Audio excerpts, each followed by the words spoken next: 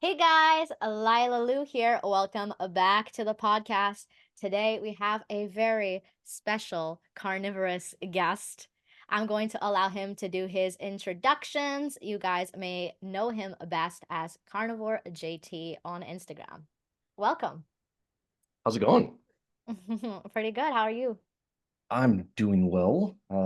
Busy, but that's good, right? Of course, for sure. So let's do your introductions. Get us like updated as to how you started your Instagram account and how you started Carnivore and all of that jazz. Okay.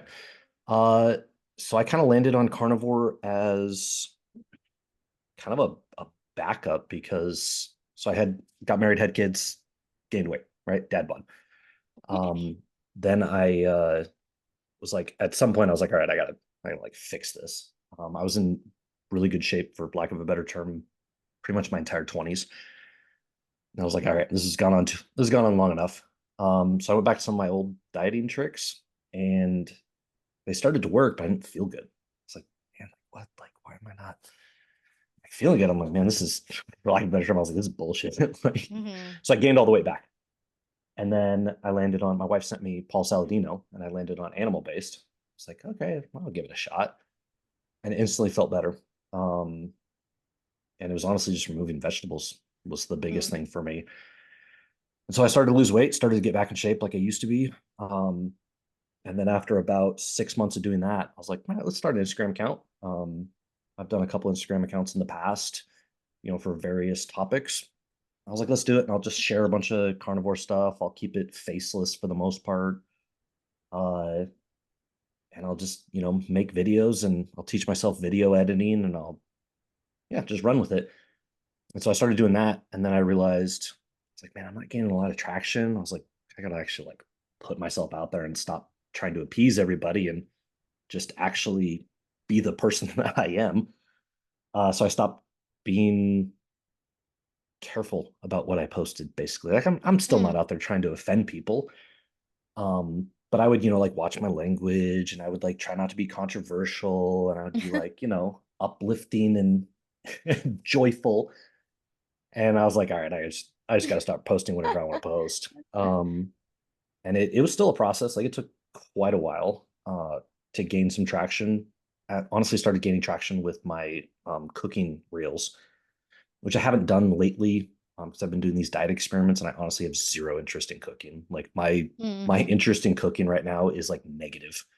Like I'm like nope, no idea. Yeah, no. So I started gaining traction with that. Came out with a cookbook that kind of took off. Then kept going more and more and started getting into science behind calories and weight loss and that kind of stuff. And that's what hit the biggest with Instagram. Mm-hmm. And now I'm here, and I went from animal based to full blown carnivore, not out of necessity like a lot of people do, but strictly because I felt better. And so like the more I removed carbs, the better I felt. I had no decreases in the gym, no like decreases in performance whatsoever. I started sleeping better. My energy was more even keel. And so I was like, man, like why wouldn't I? So it Exactly. gives me a unique perspective because that's honestly what most people's argument is about carnivore. They're like, yeah, okay, sure, if you have to, right? If you like you, Mm-hmm. for example, like I know Yeah. a little bit Yep. of your story.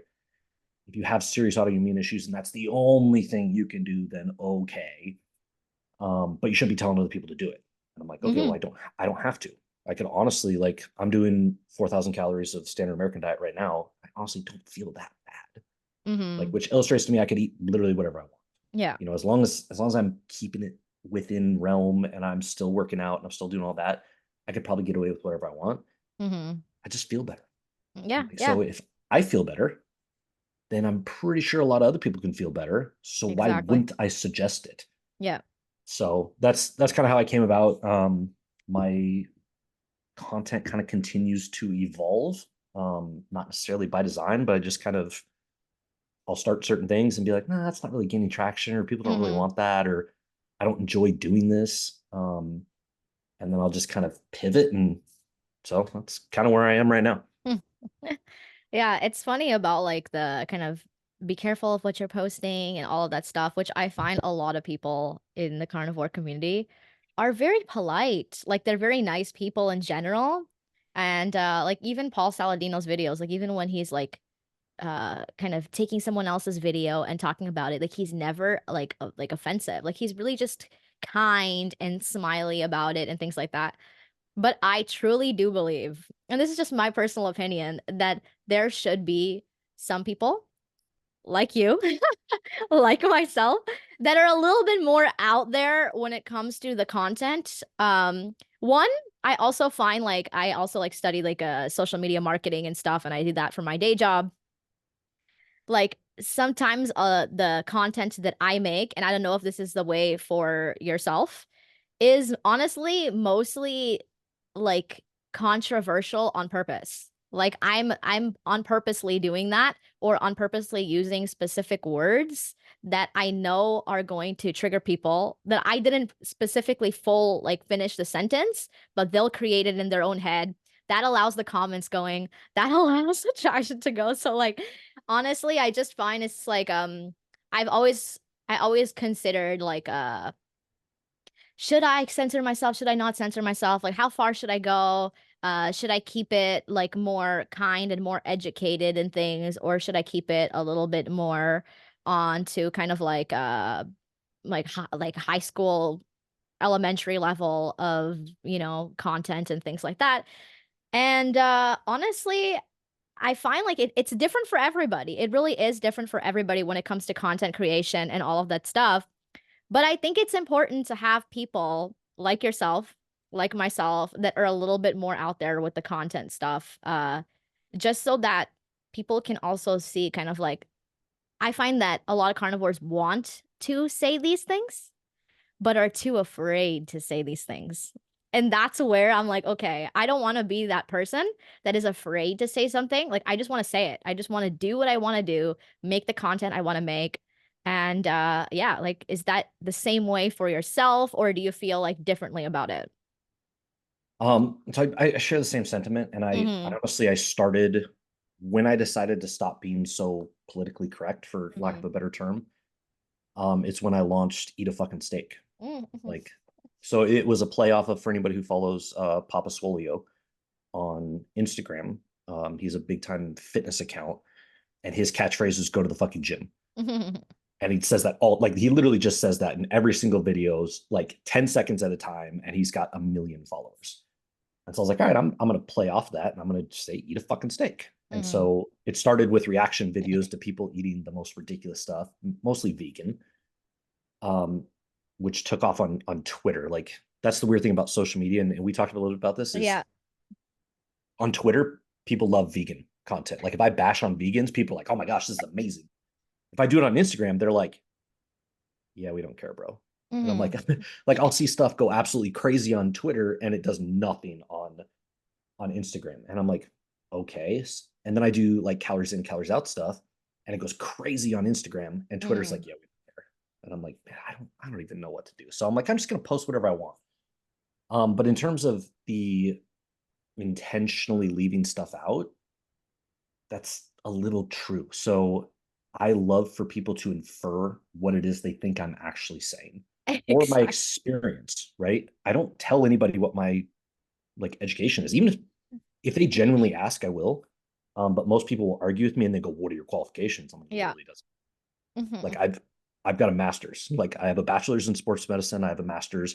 It's not in health sciences, but I'm like I'm plenty educated. I have plenty of experience in the field. I have Division 1 athletic experience. I have personal training experience. I have strength conditioning experience. I've like amateur bodybuilding experience. I have plenty of experience in the realm Mm-hmm. to offer a somewhat educated opinion. And I will intentionally either I don't personally do the inflammatory statements that I don't necessarily agree with, right? And Mm-hmm. some people will, right? The the Saladinos who will do this is poison. Yeah, technically it is. I'll do that a little bit, right? Um, but it's in such low quantities that it's not really going to hurt anybody, right? Like Mm-hmm. that's a very specific. I intentionally will do stuff like I just did one on calories in, calorie is a calorie in thermodynamics. I'll just make a statement. Mm-hmm. right? And then I'll let you infer what you think I mean by that statement, and then you guys can argue in the comments. People will go crazy arguing about it in the comments. Wow, well, thermodynamics and calories and blah blah blah. And I'm like, I never said that. 100%. No. Oh well, but you're pushing the diet. I'm like, I actually Yeah. don't really push it to everybody. I just do Mm-hmm. it to illustrate benefits that people might get. Mm-hmm. Oh, well, you're saying carbs are bad. I mean, I never said carbs are bad. I'm Mm-hmm. actually the most like carb lenient carnivore you'll ever meet. You're just inferring that. And it just, yeah, Mm-hmm. and that's the type of content I like because that's my personality is to make a statement that I very carefully choose the words that I believe is a factual statement Mm-hmm. that I mean. And I'm very careful about that. Like I will very carefully like pick the words that I use, but doesn't necessarily describe the entire process Mm-hmm. because nobody wants to see that. Like if you have a PhD Exactly. and you want to go through the nuances and like the mechanisms of everything, that's fine. Nobody wants to see me bring out a diagram and explain all of the mitochondrial functions that contribute to an increase in calories out. Mm-hmm. That's there's plenty of people on YouTube that do that have PhDs. Mm-hmm. That's not what I'm here for. I'm here to make like statements that I believe are factual, and you can infer from that, and then you can talk with other people about it, and then we can all go like this. Yeah. Most definitely. With your content creating process, what has been like your biggest struggle and what is something that you found that helps speed up your creative process when it comes to creating videos or creating content or if you schedule content ahead and stuff like that? Um, Everything got a lot easier when I stopped trying to be so like process oriented, if that makes it.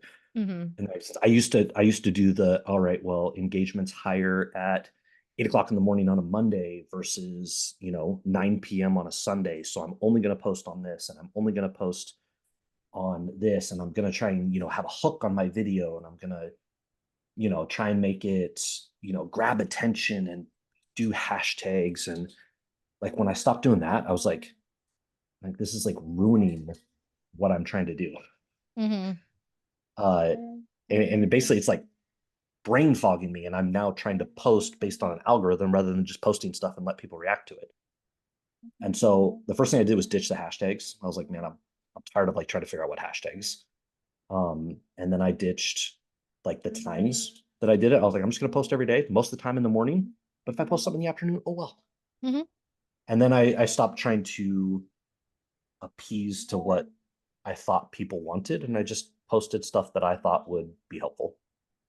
And so honestly, it's been freeing as far as the type of content I post because I'll see a video and then go, all right, that's a subject that I want to post Mhm. on. Mhm. Rather than, and sometimes I'll search, but it's a lot easier than saying, all right, this is the topic I want to post on. Now I got to go find a video to react to, which can sometimes be a pain in the butt. So it's honestly, I don't plan out what I'm doing. I don't schedule content. I try to make videos when I have time, like stack up 4 or 5 videos so then I can post throughout, but I don't schedule. Um, and I found that once I got rid of trying to be so rigorous and trying to follow these 10 steps to get content to go crazy, Mhm. everything finally just went, right? That's awesome. Yeah. All right. Give me one Mhm. second. Yeah, I'm going to try yeah. and take care of the little boy in the background. No worries.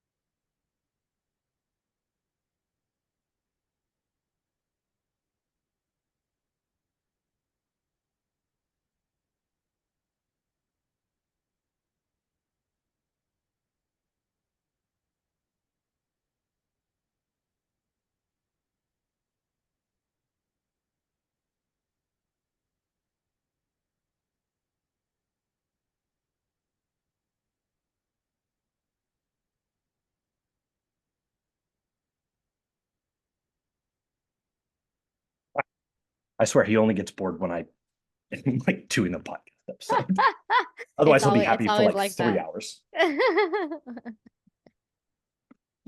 All right. So to answer your question on like the process I go by, Yes, yes, you did. Okay, so this one is a little bit of a kind of like I guess a slightly controversial take or so, or question. Do you believe that one diet fits all? not a specific diet. Mm-hmm. And the reason I say that is because you have people who get bit with that tick. I don't remember what it is that gives them a meat allergy, right? Mm-hmm. So in that instance, no, it's not going to be Mm-hmm. good for them. Mm-hmm. I do think that there are underlying physiological principles that apply to everybody. Mm-hmm. And my main one is get rid of processed food. Like, and people, this is my favorite. People go, oh my gosh, processed. Like, processed literally just means preparing it. Like, okay, ultra processed food, that's what Americans mean when they say processed foods. Mm-hmm. Ultra processed foods, get rid of them. I think they are the most detrimental thing to health in our society right now. Once you do that, then you can tailor it, right? If you do Mm-hmm. better with fruit, cool. If you do good with vegetables, cool. If you do good with leaner meats, cool. If you do good with just fish or chicken, cool. I don't care. Mm-hmm. Get rid of processed foods. You will Exactly. instantly feel better. Everything will be better. Mm-hmm. And then you can tweak it. And so, do I think carnivore's for everybody? No, I don't. Um, do I think a diet devoid of ultra processed foods is for everyone? Yes, I do. Mm, that's awesome. And so, and Yeah. like people will take that the wrong way. They're like, there's nothing wrong like in moderation. I'm not saying that you can't eat those, but be like like this is me. Be a grown ass adult and accept the fact that it's not a good food for you. Like if you Exactly. want to eat it, that's fine. I drink alcohol from time to time. Mm-hmm. Do I think alcohol is good?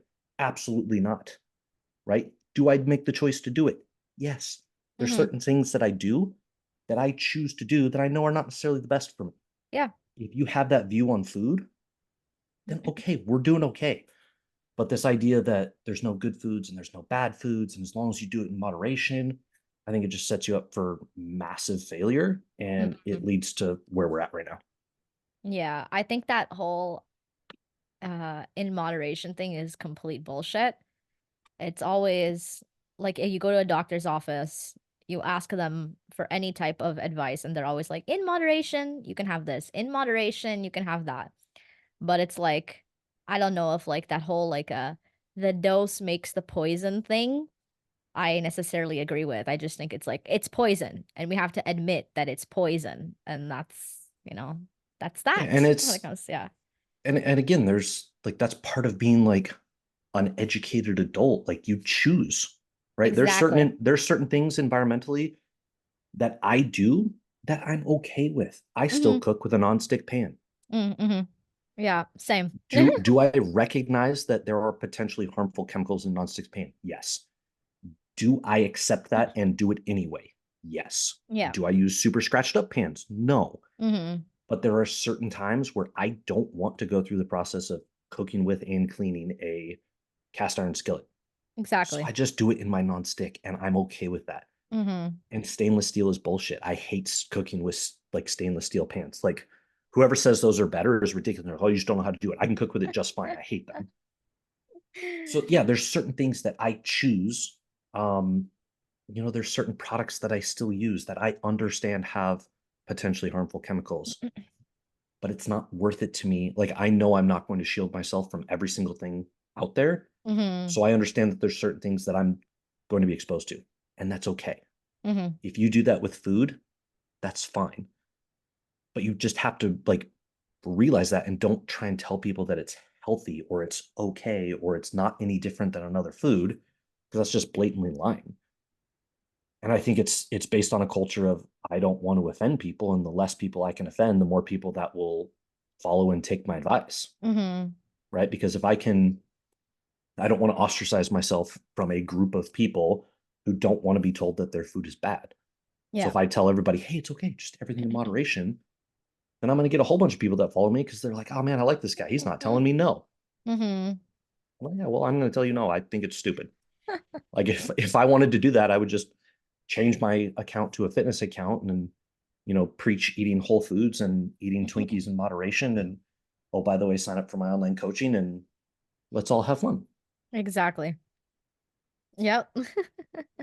And it's so interesting that like the comments will say things that are so obvious, but they want to hear you say like the exact thing. And if you don't say that exact thing, then you're wrong, or you insinuated something else, or you said this versus saying that. I just find like social media in general so hilarious, but like you can't really you can't really win. Like at the end of the day, like there's always going to be, even if you're making like the best content out there, there's still people that are going to talk shit. And for me, like I always say like growing up Latina, Brazilians and Mexicans make fun of you like a fuck ton. And like you either grow up with self-esteem issues or you grow up with a strong backbone. Like there's no in between. There's no in between. So like these hate comments, I'm like, my grandma roasts me more than these hate comments. So I have like they saw nothing on me. Absolutely nothing. Yeah, and it doesn't bother me at all. And there's people it affects pretty bad. Mm-hmm. And I've talked with a couple accounts that I started talking to when they had smaller followings, and then they had some stuff blow up, and they're like, man, like it just gets to me after a while. And I'm like, well, you can't post inflammatory content and then be upset when people give you inflammatory comments. Like, I mean, Mm-hmm. they're going to go hand in hand. It doesn't matter what you do. Mm-hmm. Literally anything you say, somebody's going to be diabolically opposed to. But I have a couple ways that I deal with it. One, literally nothing you say is going to hurt my feelings. Okay, Mm-hmm. like you wish that I have a heart attack. Oh Mm-hmm. darn! Like some random person on the internet feels so bad about themselves that you wish me harm because of the foods that I eat. And two, I kind of keep my focus and my time and my energy to what the actual topic of the video is. Like if you want to argue about carnivore, pick a video that I am talking about carnivore. If you want to argue about calories in, calories out, pick a video I'm talking about calories in, calories out. What drives me nuts is when people will start a vegan argument on something about calories. And I'm like, I'm not even talking about it. If you want to like stay, like that's the definition of a straw man. You are disregarding what I am actually talking about to argue about something else. I'm sorry. Like I realized quickly as followers started going up, I do Mm-hmm. not have time to argue with every fucking idiot in my comments. Yep. So if you would like to talk about what it is we are talking about, stay on topic. That's my favorite one. Stay on topic. If you want to stay on topic, we can have a discussion. If you want to go off topic, I am immediately just going to stop talking to you. Mm-hmm. Like I'll continue to comment because every time I comment, you comment, and then we go back and forth, and my engagement goes up. Yep. Like that's beneficial for me. I'm not on Yep. your post, you're on my post. But the moment people start talking about, well, show me a study where says carnivore is good. I was like, I'm not talking about carnivore. Mm-hmm. Like if you want to go to my carnivore post and we can discuss it, but and then people will just, oh well, this and that. I'm like, I don't owe you my time. Like I don't owe you Exactly. any of this. Like I have videos with 3,000 comments on them. I cannot give my time to every single anon checkoff that is in my comments demanding that I prove something to them because it's not Mm-hmm. going to be anything anyway. Exactly. So like that's the source one. People post your source. Mm-hmm. I'm Yeah. like, I honestly don't post my source if you're going to be a dick. Like I don't care. 100%. Yeah, yeah. I'm not going to spend my time going through and finding the right study for you so I can post it. So then you can completely disregard it. Mm-hmm. Do it yourself. Literally. The internet is abundant to all of us. Like you can go Google that. And that's the funniest thing I find is when they're always like post your source, like show me the research. I'm like, how about you go learn? Like how about you go research? Like I'm not doing your dirty work for you. I'm not about that. Yeah, But and yeah. it's into that, if I have a source dependent piece of content, I will post it in my video. Mm-hmm. Mm-hmm. I try my best to include my studies in it. If I am doing something that is super basic physiology, I don't need to post my study. I don't need to post a study that says we don't need dietary carbs. That's Exactly. basic physiology. If you can't understand it, Google it, right? Literally. Like, I don't need a source for that. And my favorite is, so do you want me to give you a source that water is wet and sky is blue? Like, no. Or do you want me to find a study that says the sky's not green? Like, no, like that's stupid. Like, if you can't figure that out, that's on you.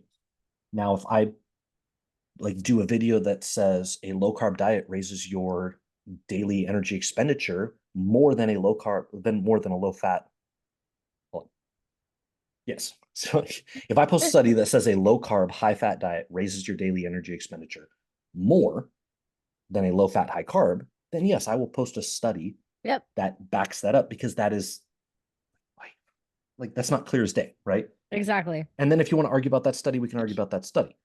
Hmm. But if I say something as simple as, a calorie is not a calorie because of this, I don't need to post a study.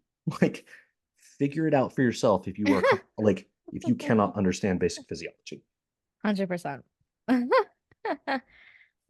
Is there something on carnivore that you've noticed that didn't happen like in the beginning, like happened either a couple months or a year on even? Um, I don't know, because it took me so long to go full carnivore. Um, but the number one difference that I have found, and the benefit that I didn't know I was going to get by going from animal based to carnivore, which essentially just removing out those last 50 to 100 grams of carbs, was my total fat adaptation and no longer having to worry about where my food was going to come from. Mm, And for anybody who's never had their life revolve around food, this is not like an addiction type thing or a dependency. But when you are, especially athletes, right?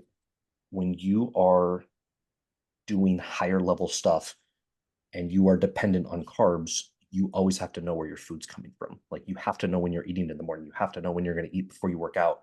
You have to know when you're going to eat before a game. You have to know you're going to eat after, because you will hit these periods of these lower blood sugar, like, I'm starting to get shaky, like I am not going to be able to perform if I do not have a food source. And so you get people who carry on Tupperwares. Like, I carried on Tupperware for years. mm-hmm. You eat the Tupperware in the middle of the meeting. You eat, you wake up 30 minutes early so you can make sure you eat. You bring enough snacks with you. Like, that is a very real thing for a lot of people. And when I finally went fat adapted and actually talked with Life Like Jake, I was on his podcast yesterday. Like, when you get to fat adaptation, and we talked about my tattoo appointment. That's the example that I use. We're doing a sleeve, and he's like, okay, so plan for 7 hours. Maybe bring some food. And immediately I was like, what am I gonna do for food? Mm-hmm. Like, I'm gonna have to bring food. I gotta eat before. I gotta eat during. Oh man, I'm like doing all this mental gymnastics to try and figure out my food, and then I'm like, wait a minute, it's not a big deal. I ate, like, I had an appointment before it too, so I ate like 2 hours before my appointment. Went to my chiropractor appointment. Went to my tattoo. Came home 6 hours later, and I was fine. Like, I Mm-hmm. had no problems. And like that freeing from food. If I'm going to go on a hike, yeah, I'll eat before I go, and then I'll just eat when I get back, and it's not a big deal. I don't have to worry about whether I'm going to run out of energy halfway through an activity, Mm-hmm. or whether I'm going to go on a long drive and I'm going to run out of energy and like stop at the gas station because I have to eat something. Like, there have been so many times in my life where I just have to immediately get home and raid the pantry, because if I do not get something in my system, I'm in for a bad time. And once I finally went fully fat adapted, like, it's so freeing to wake up and go, am I going to go do this for a couple hours and then eat when I get back? Or am I going to eat before? Nah, I'll just do it afterwards. I'll just eat afterwards. It's not a big deal. And then I don't eat till 1 o'clock in the afternoon, and it's no problem whatsoever. That's Like, awesome. it's the most liberating thing that I have found on carnivore, and why I will not go back to eating carbs consistently, because like right now doing standard American, I have to worry about what I'm going to eat. Right. I Mm-hmm. wake up and I'm like, all right, so I have this podcast 11:30. Definitely got to make sure I eat before that. what am I going to eat? Am I going to like, on carnivore, I'm like, maybe I'll just eat afterwards. I don't really feel like eating before. Mm-hmm. And that's it. And it's not a big deal. And that is what the number one benefit to me is, and why I probably will never go back. That's awesome. In this experiment that you're doing right now, how many meals, snacks are you like on average daily consuming? Yeah. It's kind of all over the place, and that also illustrates a big point. Mm-hmm. I don't snack on carnivore ever. Like if I'm gonna Yeah. snack, it's like maybe a little bit of cheese at the end of the day because I don't Mm-hmm. really feel hungry enough to eat a full meal. Yeah. This is like I'm constantly eating. Um, because so many of my calories are coming from snack foods, it's like I'll eat a meal for breakfast and then an hour later I'll snack on something. And then an hour Mm. later I'll snack on something. And then I'll eat a meal for lunch and then I'll snack on something, then I'll snack on something, it's just constant and I'll eat throughout the entire day because I am not really hungry, but I feel like I need food and I don't really want to eat, but I feel like I could. And it's just like, it's this weird, I need to eat, but I don't necessarily want, like, it's so weird going back to this. And this is Yeah. normal, right? Yeah, exactly. It's normal. You wake up in the morning and you have a little bit of food with your coffee, and then you go to work, and then, they have a pastry thing out there for your meeting, and then you eat some of that, and then there's some chips before lunch, and you eat that, and then you have lunch, and then after there's, and it's just you eat all throughout the day, and you're not really sure why. You're like, why am I eating? I'm not really hungry. I don't think I need to, but you just do, which is what I'm doing right now. Yeah, And exactly. honestly, I hate it. Like, just Carbs. It's just the just carbs. give me one massive meal, right? I'm not an OMAD guy. I'm usually like a 2 meal a day, Mm-hmm. but give me a pound of steak mid morning, early afternoon. Let me eat, and then I'll eat a pound for dinner, and I'm good. Same. Yeah. Like it's so simple. So I used to like avoid eating and did a lot of intermittent fasting on purpose just because I hated getting crashes throughout the day after I would eat. And that was the biggest thing for me before is like, and I did that like every 3 hours meal for fitness and all of that stuff. And it was just like, it's so much work, so time consuming, setting alarms and everything, making sure that you're eating that exact like right point. And I would always feel tired. Like no matter what I ate, even if I ate like the healthiest of the healthiest food, still would be tired. And then now I could just eat whenever I want, whatever on carnivore, and I'm good. Like I'm just no crashes, stable energy, whole day. That's yeah, that's a huge thing is people are like, oh, you have more energy. I'm like, well, more energy is a funny term, right? Because when I go drink my Mountain Dew, I'm gonna have a lot of energy. Like I'm gonna be like, woo, all over the place. And I'm like, man, I don't have this type of energy on carnivore. But then inevitably you get the crash, and then you're like, Exactly. and then you start like it almost like it affects you mentally, and then you're like, man, am I depressed or am I just low energy? Like, man, like what's going on? And then you start like getting in your head. Wait a minute, what's happening to me right now? Hmm. And carnivore's just like even. I don't have these crazy energy spikes. I honestly don't feel like coffee does that much for me. I like coffee, so I drink coffee. Hmm. Um, but I don't, I wake up. That's a huge difference. Is before you'd wake up, you're like, don't talk to me until I have my coffee, right? Like I am not mentally prepared for the world until I have coffee. Hmm. Now it's like, yeah, I drink coffee because I enjoy it, and honestly, it's probably just the fact that I have this hot liquid that warms me up, but it doesn't change my ability to communicate with people. Like it doesn't. I'm not groggy, and then I wake up with coffee.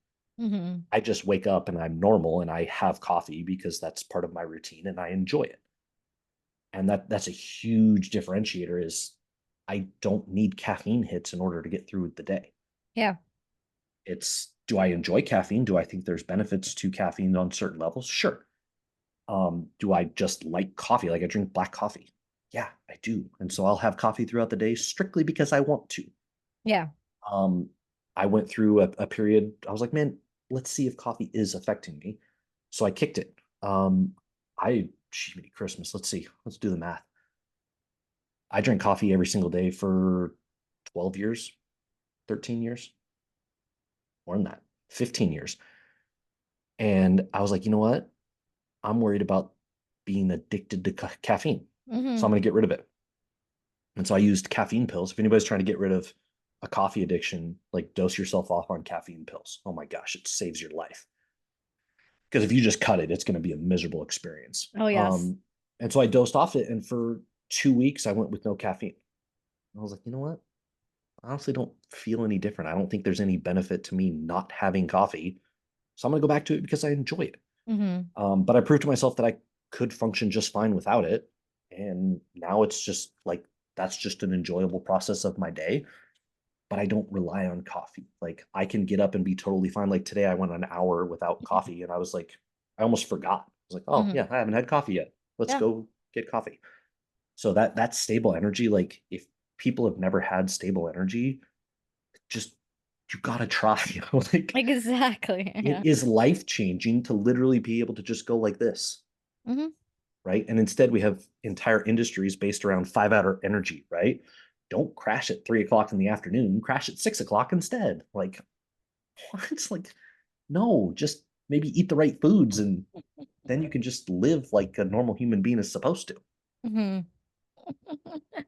It makes you feel so like such like a broken record repeating these things over and over again. I find like that's like the biggest thing with me now is like even on my carnivore page, it's like there's so many people bringing up the same things or asking the same things, but that's also like a part of it. Like you're you're gonna need to learn how to say the same thing again and word it differently without sounding like a broken record to them and to yourself. Yeah, and it's like so when I love to try and interact with as many people as possible. Mhm. Some of the best stories that I have found are, buried away in that request folder of your Instagram where you have to Yep. like, which I go through because I don't like notifications, right? And so Mhm. when you go into your messages and it says you have 10 plus requests, I'm like, I gotta go through those. Like I can't like I hate just seeing them there. And so I try and talk to as many people as I can, right? If people want to argue with me in DMs, like, yeah, that's not a productive conversation. If you want to argue, let's argue in comments so everybody else can see. Mhm. Um, if people have like very specific questions, I'll try and answer those as best I can, but I don't coach for a specific reason. Like that's time consuming. Um, if people have, hey man, I'm really just trying to understand, yeah, I'll try my best. But yeah, you have to like have those quick fire responses. And if people want more information, then we can like work on that. But it definitely you definitely get inundated with a lot of people asking the exact same thing. Exactly. Well, what about carnivore for this? What about carnivore for that? What about carnivore? Just try it. Just try Just try it for literally. 30 days. Literally, nobody is going to die unless you have some crazy meat allergy. Nobody's going to die doing 30 days of carnivore. I am eating 30 days or 21 days of the worst possible foods you can imagine, and I am going to be just fine. Yeah. Right? Like, unless you are get it in your head that you don't need insulin on carnivore and you're a type 1 diabetic, you're not going to die. Yeah. Right? Like, don't get these crazy ideas that you can just like get rid of your insulin as a type 1 diabetic and just do carnivore for 30 days. It's you might feel like shit for the first 2 weeks. Mhm. Maybe wean it off. Maybe just get rid of ultra processed foods for a little while, but just try it. And then after the fact, then you can decide. But Yep. all these people are like, well, show me a long-term study or show me how this or show me about that. And we just do it. Exactly. Just do it. It's pretty Just do it. simple. And if you don't feel good, don't do it.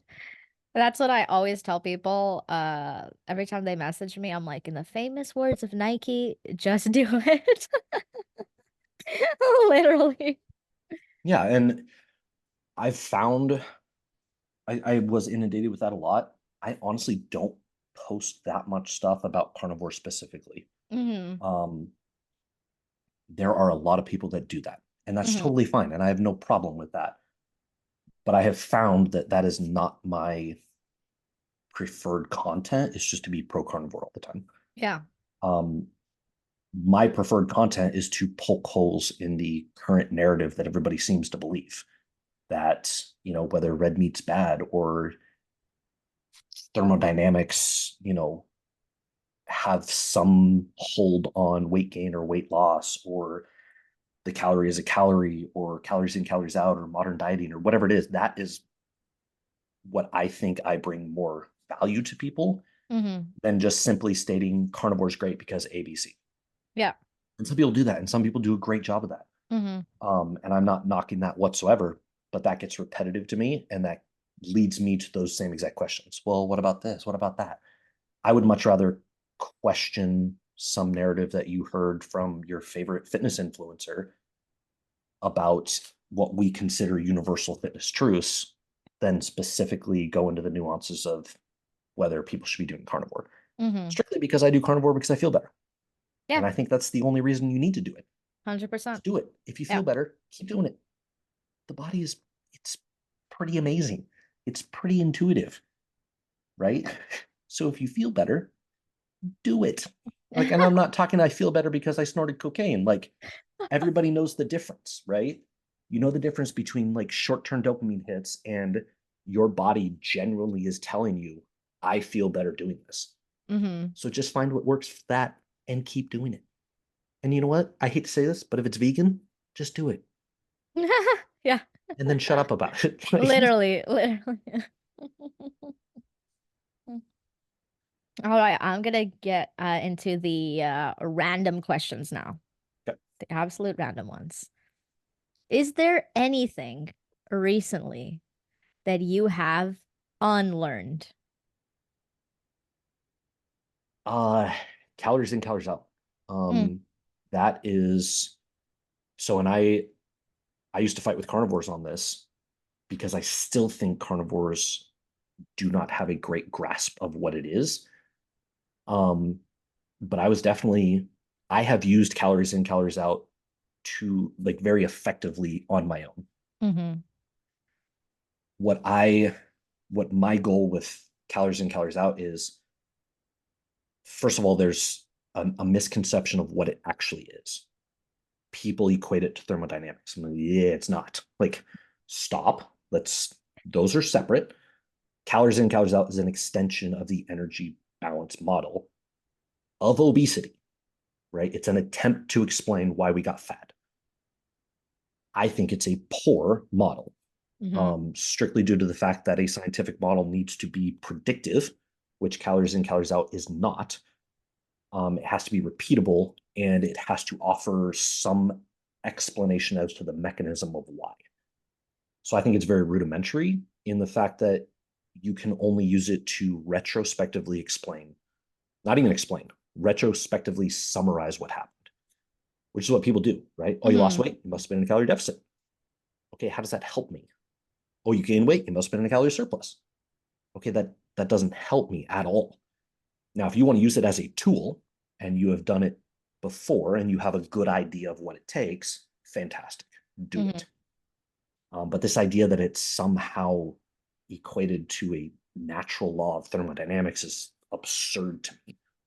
And the more I've gotten into it and the more I've done these experiments on myself, the more I realized how flawed it is. mm-hmm, Um, and I think like it just needs to go away, like because it serves the average person no help whatsoever. mm-hmm, And it breaks it down to this idea that if I go over my caloric maintenance by 100 calories, like we're talking, you know, half a tablespoon of peanut butter, or a tablespoon of ketchup, or like the smallest amounts, that over the course of time I'm going to get fat, right? 100 calories. I was trying to do the math on it, so it's like 120 calories. If I do 120 calories, that's a pound a month.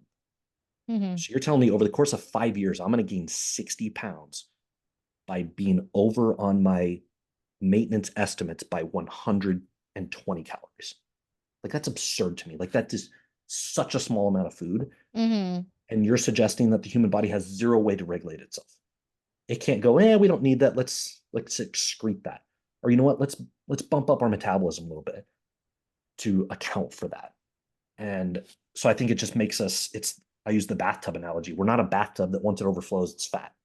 Yeah. It doesn't work that way. Like, you have to give the body more credit than that. And so that's honestly just been the last couple months that I've really taken, a hard look at that, because I was definitely, I could go back on Twitter and find people where I said, yeah, if I eat 5,000 calories of meat, I'll get fat. Mm-hmm. And then I did it and I didn't. And so I'm Yeah. like, oh, maybe there's more to There's this. So that's honestly been one. And I'll admit it, like I was definitely a calories can work.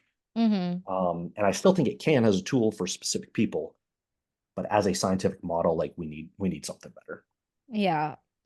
I think that majority of people, when it comes to anything, not even just diet, we're always trying to find like the reasoning behind it, like the why. And that's the thing is like I am also like outside of the very like logical scientific parts of myself, I'm also a very like spiritual, open-minded hippie. So I have like these both of these parts of my brain that are always like in war with each other in a way.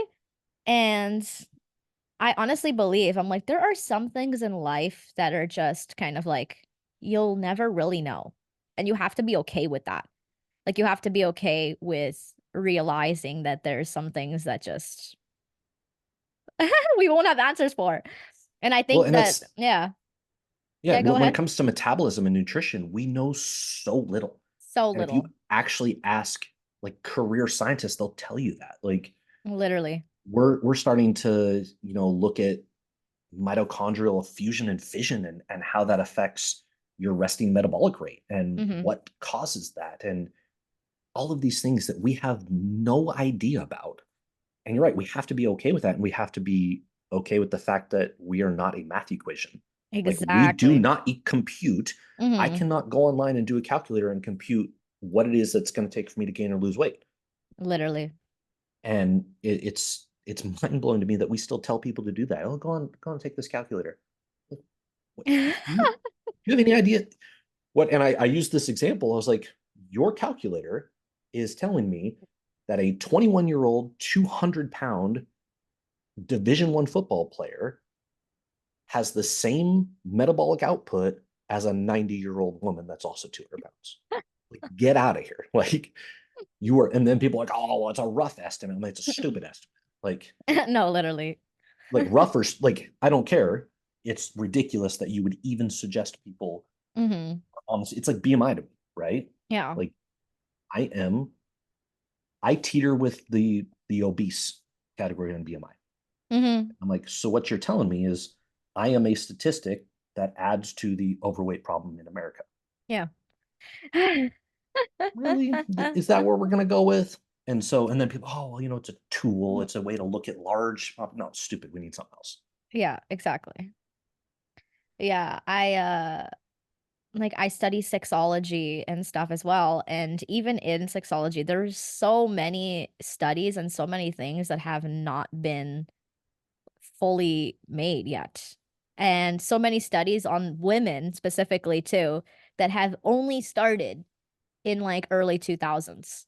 Only started. So there's so many things about the human body and even our sexual reproductive system that we still do not know of and that we may never know in this lifetime. It may only be like future generations that may know this, you know? So it's like it's incredible to me, yeah, that people just want to say like no, this is it, this is that and that's it kind of thing. So yeah, I don't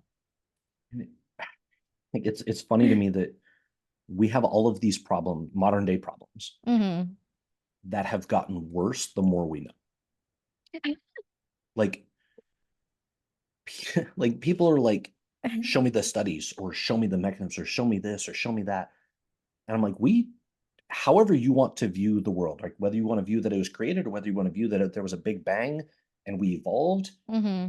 since our existence, we have somehow figured it out. And now that we know all this stuff and have all this technology, we can't figure it out. Like, it's like we're literally getting worse. And people would be like, oh, but our life expectancy, I'm like, cool, we can keep people alive. That's literally all it is. Literally. It's not that we're healthy. It's you don't die from a heart attack now. Mm-hmm. Like, I mean, anybody who's had somebody die from a heart attack, you can. But Mm-hmm. if you look at mortality rates from first heart attack, they're way down. Cool, we can keep you alive. We don't die because you got a cut, right? Like think of Game of Thrones. Khal Drogo dies because he gets a cut. Like it's a scratch, whatever. Yeah, you died because you didn't have any antibiotics. Exactly. Infants died because we didn't have any, like all of these things. We just are better at keeping people alive. That's all it is. Now somebody who's extremely overweight can live until they're 70. Mm-hmm. In the past, that person died when they're 30. Like Mm-hmm. it's just, it has nothing to do with health. We are vastly less healthy now than we have been at any point in human history. And the only thing you can point to is mortality rates Mm-hmm. or life expectancy. I'm like, that's what's the point? Why would I want to be in chronic pain for the last 50 years of my life? I'd rather die 20 years earlier. Like, it Literally. sounds morbid, but, and I've said this about carnivore and people, long-term studies, show me a long-term study. I'm like, okay, here's my thoughts. Live till 80, but I suffer with chronic diseases for the last 30 years of my life, or I feel great all the way up until 70 and then I keel over. Mm-hmm. Maybe carnivore kills me, but you know what? I'm going to keep doing it as long as I feel as good as I do because Mm-hmm. it's worth it. Because how I feel now is way better than how I felt 2 years ago. And I will continue to do it until my body tells me that something is not okay. Anecdotal evidence. And then people are like, oh, but see, atherosclerosis takes 20 years to form, and what you're doing is you're just going to kill yourself in 20 years. And I'm like, okay, Okay. I'm also reducing every single risk factor for all cause mortality rate. Mm-hmm. Every single one. I'm increasing muscle mass, I'm reducing body fat. Factors. My insulin is super low. Factors. My blood glucose is great. Mm-hmm. Factors. Like my Yeah. metabolic health is good. Factors. Like my inflammatory conditions are better. Factors. Like Mm-hmm. literally every single thing. But you're going to sit here and tell me that I'm going to die of atherosclerosis because what? Like, no, it's ridiculous. And so, in regards to kind of the learning, unlearning, and all of that, is there a difference that you've noticed in your mental health compared to like before when you used to eat and do everything else versus carnivore? Or is there something that uh kind of outside of carnivore that you've always been doing that you really truly believe affects your mental health? What do you want? You want to go downstairs? Hold on. All right, let's go. Come here.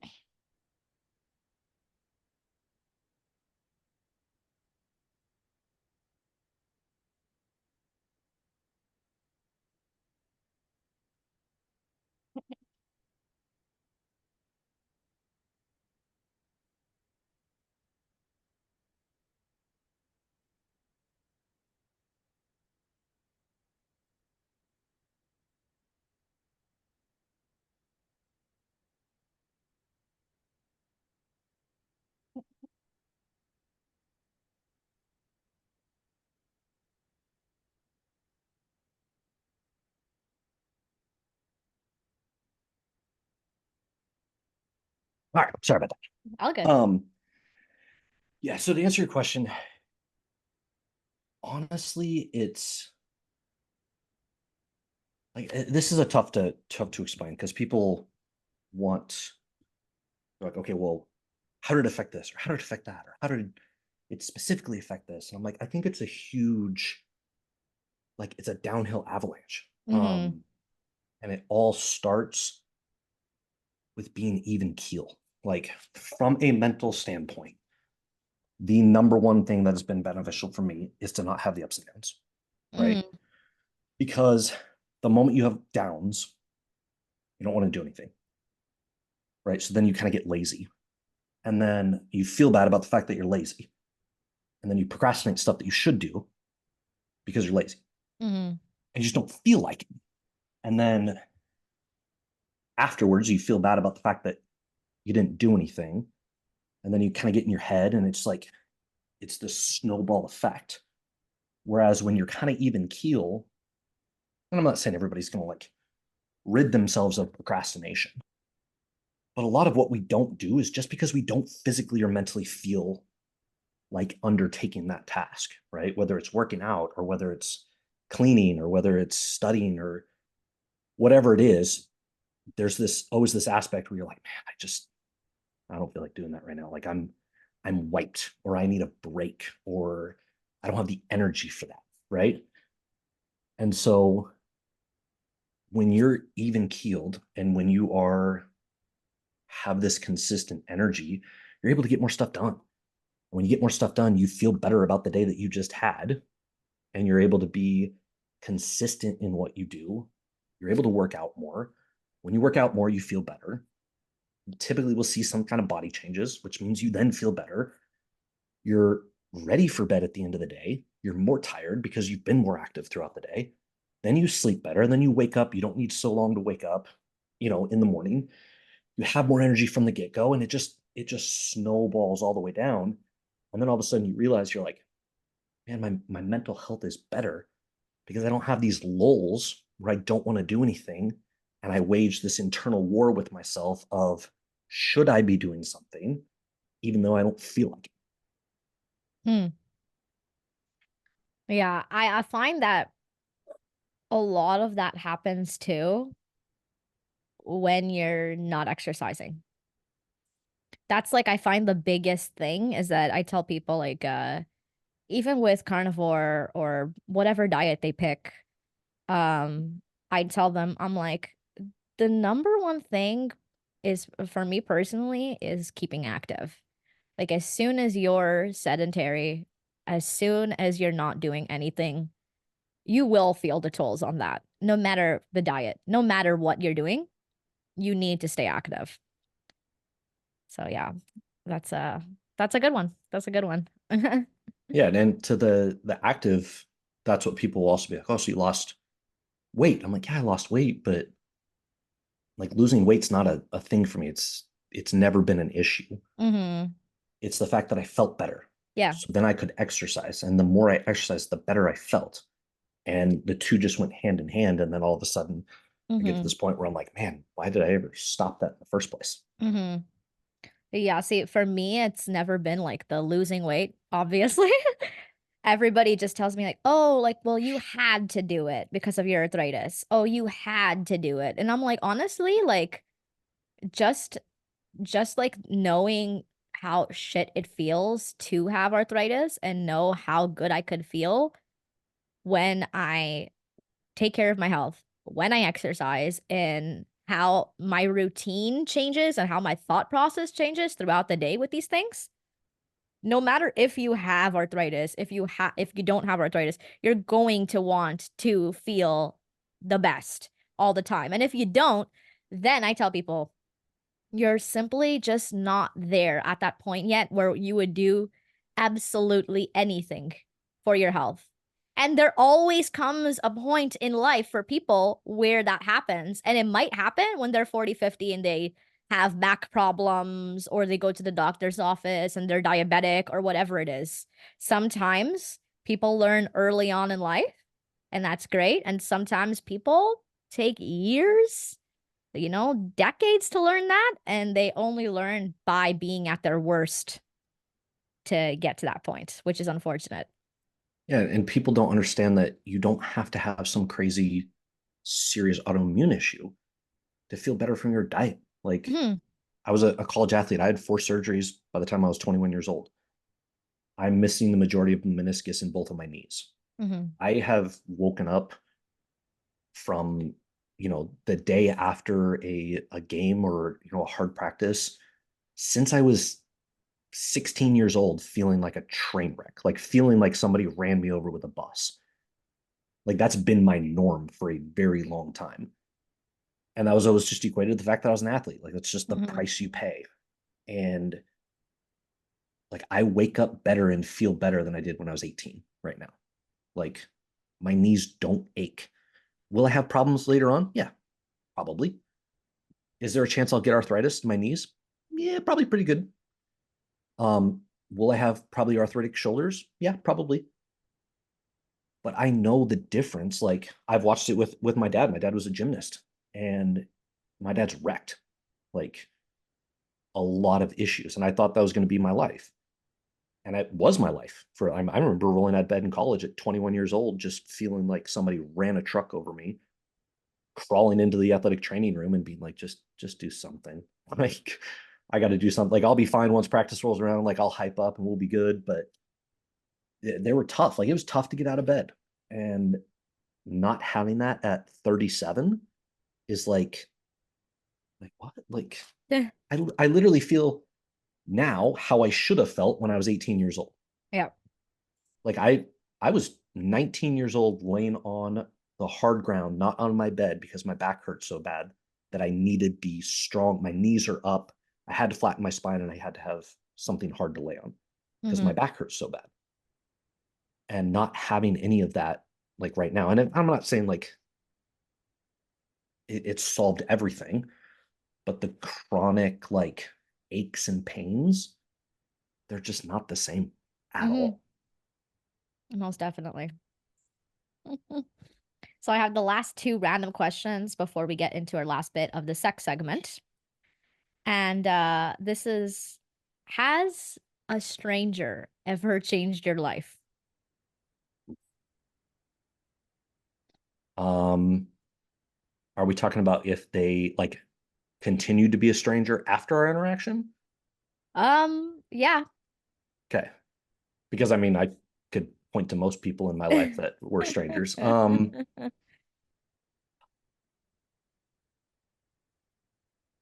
that's a good one. It's a hard There one. there have definitely been strangers who have changed my outlook Mm-hmm. on life. Mm-hmm. And one of them was from Carnivore, and he was a gentleman who that I found in my request folder, who basically was like, "Hey, I'm super glad that you're doing videos showing, getting meat and eggs from Kroger because I'm on a fixed income and that's all I can afford." Yeah. I was like, "Oh, that." I was like, "That's cool." And then I started talking to him, and he has MS, is permanently disabled, is on fixed income, on fixed disability, and lost like he never actually weighed himself to show, but he literally lost like an entire person's worth of weight. Like he sent me his before and after, and I was like, oh my gosh. And then it hit me that, he told me that he thought maybe he wasn't doing enough because he can only afford Kroger ground beef and Kroger eggs. And I like that hit me a while ago where I was like, man, there are literally people out here on Carnivore who are making this person feel like he's not doing enough because he doesn't buy, free range organic eggs and grass fed, grass finished regenerative beef. And like that, like got to me. Like there's not a lot of stuff that gets to me like Mm-hmm. emotionally, but I was like, damn, like that's like that like hit me in the feelers. Mm-hmm. And so I've honestly tried to change my tune. And I've never been a big one because I don't see the benefit in paying 5 times extra for certain. I see the benefit, but like I'm still trying to be cost conscious. Like that's Yeah. silly to me. Yeah. But I've tried to definitely take a stand more of that where it's just do the best you can. Like Mm-hmm. and anything is better than nothing. And it doesn't have to be the cream of the crop, all of this stuff in order for you to be healthy. So long-winded in it, but that was definitely one where it's like some random person on the internet that I've never met that I probably will never meet, was like, hey, like thanks, and you did this, and I was like, oh, like it changed my perspective on what it is that you do on social media. Mm-hmm. Yeah, posted I have a couple of videos that I posted about that specifically because there's so many people that message me and say, "Oh, I wish I could go carnivore, but it's too expensive to eat grass-fed and grass-fed this and blah blah blah and whatever." And you know, and even in Ontario, raw milk is illegal here. Like, it's just like I'm like, yeah, I eat regular dairy. Like all of my beef and everything, like it's not like, fucking grass fed and like from a farm and blah blah blah. Like I go to the butcher shop, I do the best I can, but even with my family and stuff, I'm like, we are not at a point right now where we are able to afford that. And I kind of wanted to make those specific videos explaining that because I'm like, I healed all of my autoimmune diseases doing carnivore and not doing carnivore in the way that like Saladino does. Yeah. You know, so yeah, I feel you with that. That's a nice one. Thanks for sharing that one. So this is a question that a lot of men don't like, but I like to ask it anyways. And it is, what is your zodiac sign? I have no idea. When's your birthday? It's the second one. So my birthday's in January, but it's not. It's whatever the second one is. Like the first one goes up to like the 20th of January or something. Okay, so I'm the next one. Aquarius. Sure. Aquarius. So that's the weirdo of the zodiac sign. There we go. But they're highly intelligent, very intelligent. So, you know, it makes sense. It makes sense. All right. So we're gonna get into the sex segment bit. Um, in your life, growing up, did your parents ever talk to you about sex, or was it something that you kind of just like figured out on your own? I don't remember. Um, I'm sure it was brought up at some point, but I don't ever like have a recollection of the talk. Mm, Um, but I also feel like it was a different time, right? Like we just got the internet as I was becoming a teenager, you know? mm, And so it was kind of that thing where it's like you kind of just figured it out, mm, but that's how mm, everybody did. Um, which is in stark contrast to now because now, 8-year-olds are learning about it because they have access to the internet. Whereas, you were 14, 15 before you figured that out when I was growing up. mm, So yeah, I think is, obviously each child is a little bit different. You can prepare them as best you can, but it's crazy because you're having to have that talk. Like I got to think about it with my son. He's 5, right? mm, And obviously it's still too early for that, but as he starts getting into school, like he's going to be exposed to that. And I'm, back in the day, it was, you're 13, like you start to hit puberty, and then you're like, okay, so I'm going to explain a few things as to why this is happening. And now it's like I'm just waiting for the day he comes home and be like, so at school they were talking about this, and I'm like, what? mm. So yeah, I mean, it was like a figure out on your own, but it was such a gradual process back then that you kind of like learned little things here and there, and then you like slowly put it together, and now it's like, bam, here it all is. Deal Mm-hmm. with it. Definitely. So growing up from boy to man, what was like the hardest thing that you can remember that you had to go through?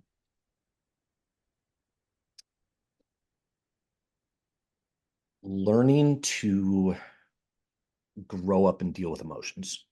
Um, I was, I still am to an extent, very, very passionate about the things that I chose to put my time into. Whether that was a relationship or sports or whatever it was, I hated to lose, like Mm, hated with a passion. And it was very, very frustrating for me to not succeed. Like extremely, if I didn't care about it, whatever. Like there's some mm, people that are like, I got to win at everything. If I'm out playing tennis with somebody, like whatever, like I don't expect to be good at tennis. But like sports or things that I put specific time into and I dedicated myself to, it was very frustrating to not be successful. Um, when I realized that my life was going to be a whole lot better when I like let go of those things, especially like sports teams, like I used to get pissed off when my team lost, like pissed off, and it would ruin my day. mm. What am I doing? Like I'm literally letting this thing like dictate like how I feel. Um, Once I figured it out, life became a lot easier. It's still like not super easy. Like I'll still get worked up over things. And I'm like, man, why? But learning to control my emotions and not letting A, other people affect it, and B, things that are out of my control, um, was probably the toughest thing and the thing that made the biggest benefit in my life. Mm.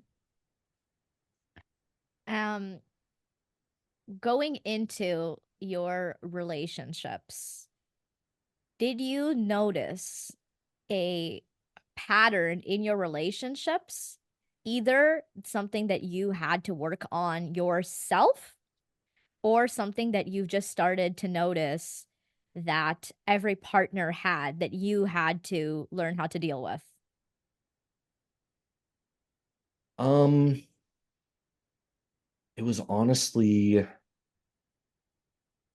I started to get more selective, right? Like Mhm, everybody's like, oh, don't, hold out for like there's no the one or there's no, anything like that. Um, I made a lot of concessions with relationships early on.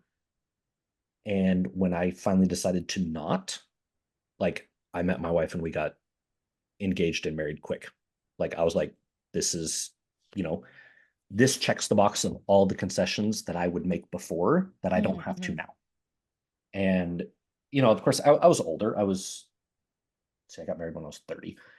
So, I was not as young as a lot of people, but it was still quick. And we still got the, oh, aren't you jumping into it quick? I'm like, no, like, you don't mhm, understand. Like, most people make concessions. And then there's things that are just like you are diabolically opposed to in a relationship, mhm, but you continue with it because you're like, oh, well, the rest of it makes it okay. mhm, Um, and once I realized, I'm like, man, I don't have to do that. Like, I don't have to accept that, there's certain things from a fundamental standpoint that we just do not agree on mhm, in order to be happy. And so once I did that, it actually was not a long period. And some people it is. Some people it's going to be a long time. But I think you're vastly better off to, and I'm not talking about like superficial stuff, right? I'm not mhm. talking, oh, well, they don't have a good enough job or Yeah. they're not, I'm talking about like fundamental beliefs and are you going to be able to withstand the issues that are inevitably going to arise with this person? And so once I got rid of that and started being like, okay, here's my like non-negotiables. Um, and most of it was just like from a ability to connect with them, right? Mhm. Like, and then a fundamental belief standpoint. I think you get into a lot of trouble when you're like, oh, I'm open to them having diabolically opposed beliefs to me. Yeah. You're probably gonna have problems. Yeah, You no, can yeah. you can make it work. Like people can. I know people that are, but once you find like somebody that actually aligns with what you're trying to do, like it's 1,000 times easier. So Mhm. no, there wasn't anything specific.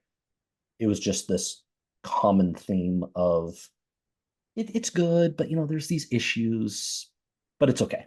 Like, we're gonna be up. No, it's never. That It's that usually never not. works though. Like all the couples and the relationships and seeing that I see that even that I look up to, they're always like on page.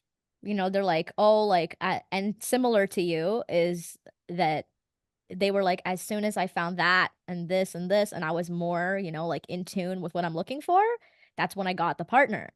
And those are the people that I find that are kind of like long term, work really good together, work together, as a team, as a partnership. And the people that usually say, "Oh, I don't know," like kind of things, it's either that they don't last in the future or they're always kind of looking for some other sort of fulfillment that they're not going to get within that partnership and relationship, which is an interesting thing to see because I've had like every time I ask these questions on this podcast and stuff like that, it's so interesting to see the patterns that there are. Because there are patterns to people's relationships, to people's lives and things like that. And yeah, I think like we as humans tend to settle and we just say like, "Oh, I'm not gonna find the dream partner that I'm looking for. I need to kind of lower that and just this is like good enough." But whenever I hear good enough, I'm like, "You only live one life that you know of, that you know of." So, yeah, that's actually really good advice too. So thank you for sharing that as well. And last but not least, two questions. One, what is overrated when it comes to relationships? And one, what is overrated when it comes to sex? Ooh. Um, Overrated is early on putting too much emphasis on I have fun with them. Mm, Um, my like my idea of relationship is find somebody that you will always choose to sit on the couch next to rather than being alone. mm, Like just if you can literally just coexist with somebody and that is better, you're off to a good start. Like because inevitably life's going to catch up and you're not going to be able to do all the fun things that you do when you first start dating. What is overrated with sex? The never like project how it starts to how it's going to be, right? mm, Like because it's always different in the beginning. Um, and that's like not an indication of anything. That's just people will stay together because of that.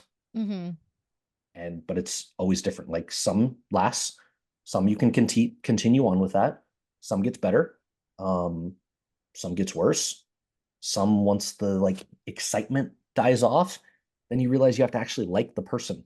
Like so it does not mask the rest of the relationship, if that makes sense. mm, Um, because having good chemistry and then having somebody that you thoroughly enjoy being around is always going to be better long term than just somebody that is hot and heavy in the beginning and you're like, I like them, but like there's parts that I don't like, and I would like to have my space, and no, don't come over today. Um, so I just think it can be something that people get hung up on. Whereas if and like you start to learn, and mm, as the better connection that you guys have just as people, the better it'll get long term. mm. Yeah. I always ask that like that specific question to my friends when they're in the like I don't know. I'm like if the sex wasn't there Yeah, and it like was just it's the person, would you want to be with them? Like do you enjoy their company or do you like not want them around? Like that's like the real like fundamental thing at the end of the day. yeah, Mhm. absolutely. All right, so we're doing our outro now. Is there any advice to the listeners out there that you want to leave with? Just try carnivore. Like even if it's modified, Mhm. like just remove ultra processed foods for 30 days. That's it. Mhm. And at Amazing, some yeah. point I'll do a video on this. If you want to pay somebody for personal training, that's fine, or for Mhm. coaching. Just give up ultra processed foods for 30 days. That's Exactly. it. Yeah. Eat the vegetables you want, that's fine. Eat the fruits you want, that's fine. Give up ultra processed foods, 30 days, don't drink, and see how you feel. Yeah. And if you feel worse, go back to doing what you're doing. Exactly. I guarantee you're not going to. Yeah. Um, and is it a savior for all? No, but everybody will feel better if you get rid of that. So just try it. If you're worried about cutting out carbs, keep fruit in. That's fine. Mhm. And then after 30 days, assess how you feel and see if you want to feel better. Mhm. So you guys just do it. Exactly. All right. So, um, let the followers, viewers, listeners know where they can find you and what you have going on. Man. So you can find me on my website, theinnercarnivore.com. That has all of my merchandise. Just dropped a line of knives. Podcast, The Inner Carnivore. On social media, I'm Carnivore JT. On pretty much everything, from Pinterest to Facebook, TikTok, Twitter, YouTube. Um, Pretty easy to find me. There's not a whole lot of people with similar names like that. Yeah, all over social media, my website. You can email me, DM. I'm most active on Twitter and Instagram, but I still check all of my other ones. Amazing. Well, thank you so much. I enjoyed having you on. Great conversation. I appreciate it. All right, guys. Thank you guys so much for watching, and I am going to see you guys next week. Bye.